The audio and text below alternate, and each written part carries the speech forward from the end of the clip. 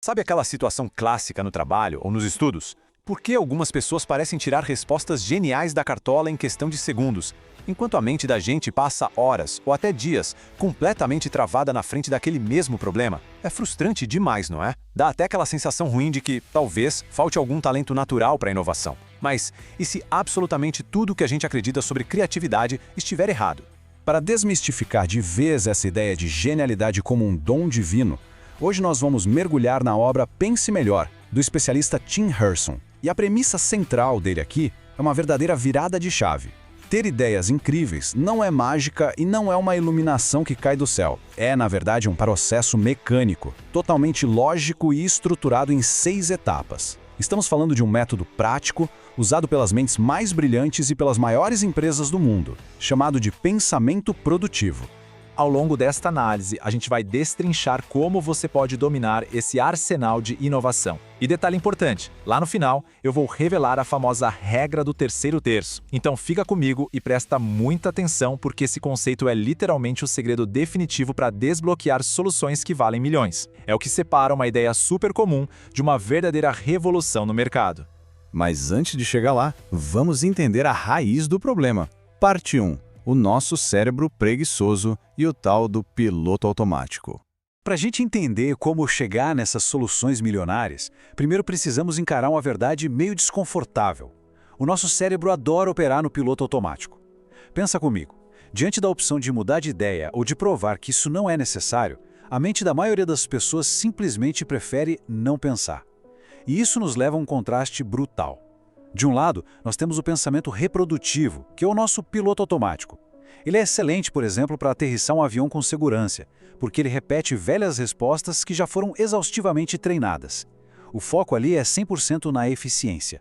Mas, quando a gente tenta usar esse exato mesmo tipo de pensamento para resolver problemas novos, a gente falha miseravelmente. Do outro lado é onde entra o pensamento produtivo. Ele é projetado não para eficiência, mas para gerar um novo, para trazer aquele insight poderoso. É a diferença entre tentar melhorar um processo em 10% e revolucionar completamente o jogo. E olha, se o seu objetivo é aprender a pensar fora da caixa, dominar as engrenagens da sua mente e alcançar alta performance todos os dias, já se inscreve aqui no canal agora mesmo para garantir o seu acesso às nossas próximas análises. Agora vamos para a prática. Pilar 2. As armas do pensamento e como derrotar os nossos inimigos internos. Como é que a gente sai desse modo reprodutivo chato e ativa de vez a inovação? O Tim Hurson nos entrega um arsenal para isso. Mas o primeiro passo exige dominar 2 grandes predadores que habitam a nossa mente.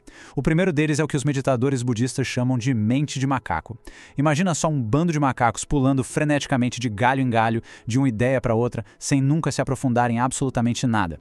É exatamente o que acontece com a gente em um ambiente de alta pressão corporativa ou durante horas de estudos intensos. A nossa mente se distrai muito fácil. É aquele fluxo de consciência totalmente aleatório que arrasta a gente para longe do foco necessário para a verdadeira criatividade. Mas olha só, tem um segundo inimigo que é ainda mais letal para a inovação. É o cérebro de jacaré. Essa é a nossa parte reptiliana. Quando uma ideia completamente nova surge em uma reunião, o que esse cérebro primitivo faz na hora? Ele ataca. Ele julga prematuramente. Ele enxerga qualquer ideia estranha e não convencional como uma ameaça à sobrevivência, ao status quo da empresa ou até mesmo ao ego. Antes mesmo da ideia conseguir respirar, o nosso julgamento precoce vai lá e devora ela inteira. E o que acontece quando a gente é constantemente distraído por esses macacos e atacado por esses jacarés? A gente acaba exatamente como um elefante agrilhoado. Tem uma história de que na Índia os elefantes filhotes são presos a uma pequena estaca de madeira, eles tentam fugir, obviamente não conseguem, e aí acabam aceitando a derrota. Quando eles crescem e se tornam gigantes de várias toneladas, bastaria um simples espacinho para quebrar aquela estaca, mas a mente deles nem tenta mais. É o que a psicologia chama de desamparo aprendido. Esses padrões velhos e desgastados acorrentam o nosso pensamento. Mas calma, como é que a gente faz para arrebentar essa corrente? É o que vamos ver no próximo passo. Para quebrar essa corrente, nós entramos na regra de ouro. Esse é, indiscutivelmente, o princípio universal mais importante do livro inteiro. O autor afirma categoricamente que o pensamento criativo precisa ser separado do pensamento crítico. Presta atenção nisso. Tentar fazer brainstorming, ou seja, gerar ideias, e ao exato mesmo tempo julgar se elas são boas ou ruins, é o maior erro que o ser humano comete na resolução de problemas. é literalmente como tentar acelerar um carro pisando fundo no freio ao mesmo tempo. Você gasta uma energia absurda, queima pneu e o veículo simplesmente não sai do lugar. A aplicação prática desse princípio é a base de qualquer brainstorming que realmente funcione. E um bom brainstorming nunca é binário.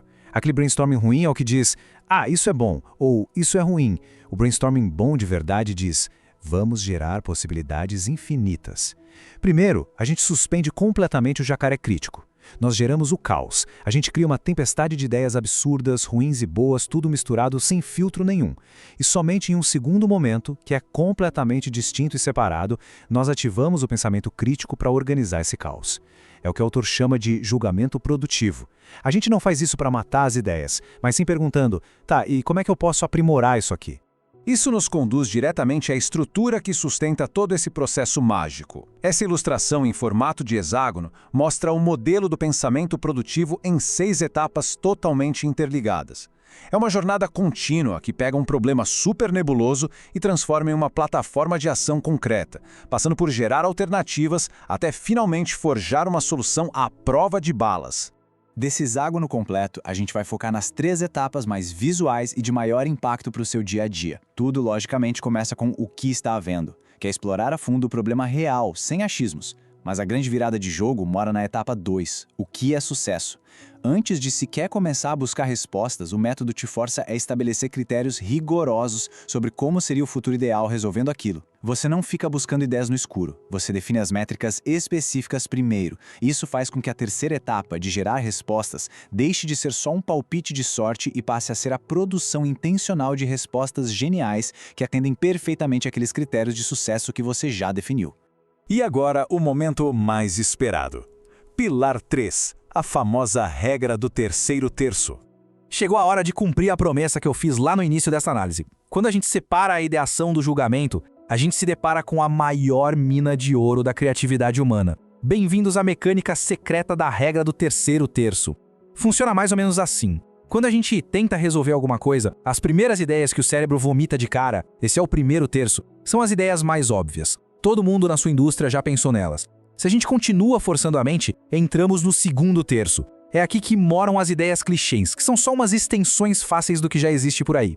É exatamente aqui que 99% das equipes param e desistem.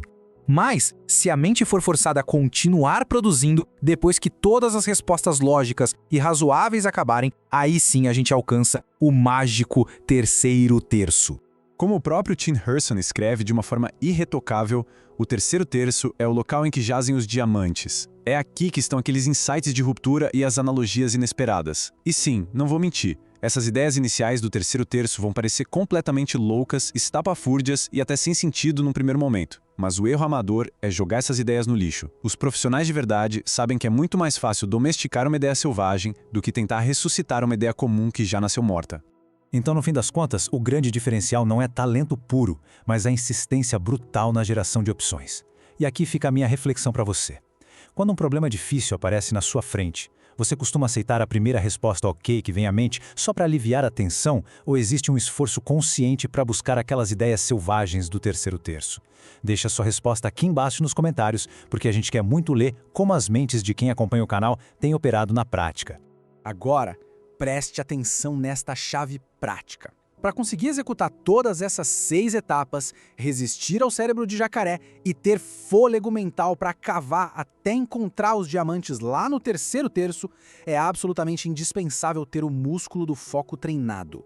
Sem foco firme, a mente de macaco vence todas as vezes. Por isso, o seu próximo passo essencial é assistir a análise sobre o livro Foco do Daniel Goleman, que já está disponível aqui no canal. Lá a gente destrincha como construir exatamente essa resiliência mental necessária para aplicar o pensamento produtivo no mundo real. Afinal, de que adianta conhecer todo o mapa para a inovação se a mente não tiver a concentração necessária para percorrer o caminho? Assiste lá agora e continue expandindo seus horizontes. Um grande abraço e até a próxima análise.